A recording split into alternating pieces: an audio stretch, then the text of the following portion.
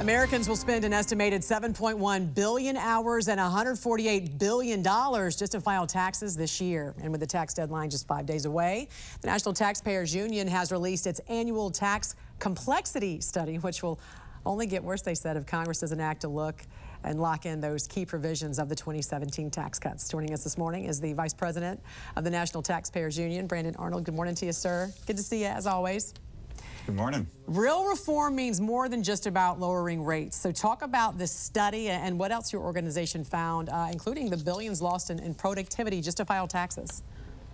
Yeah, it's really staggering here. We spend, as you mentioned, 7.1 billion hours just to comply with our taxes. And my heart goes out to so many Americans right now who are in the thick of it, trying to meet that deadline of April 15 and get their taxes filed. But the tax code has become an absolute nightmare for the average American. It has gotten so complex, so complicated, and so difficult to comply with.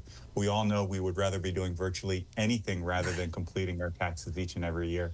And Congress really needs to step up their game and simplify the entire process. You say it's imperative Congress also makes these 2017 tax cuts permanent because it would keep the larger standard deduction, so you're not trying to, itemize. What about a flat tax?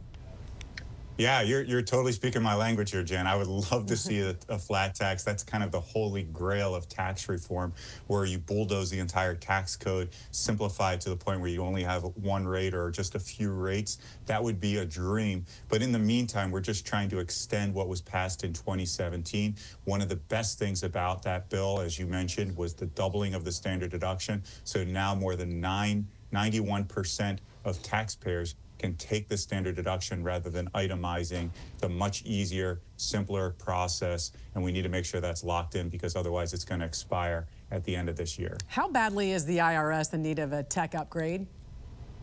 It's unbelievable. They are still using technology that is based in the 1960s, rooted in the 1960s.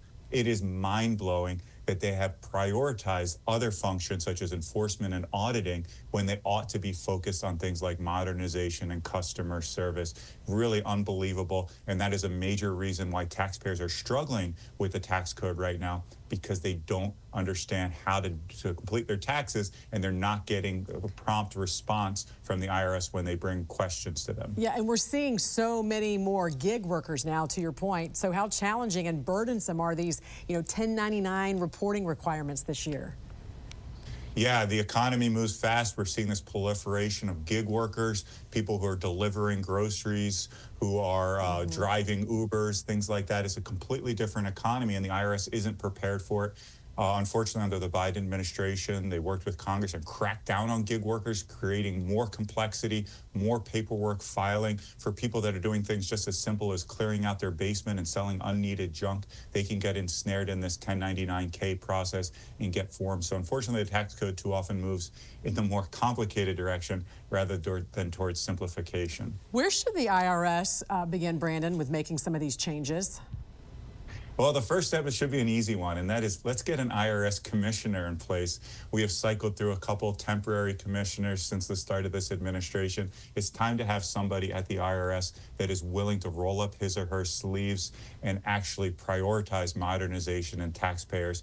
Former Congressman Billy Long is the pick of President Trump. He has gotten held up in the process. It would be great if we had somebody like Congressman Long there that can actually make the changes that are necessary at the IRS and get this agency working the way it's supposed to. And you also say we need to reconstitute and revitalize the IRS Oversight Board, correct?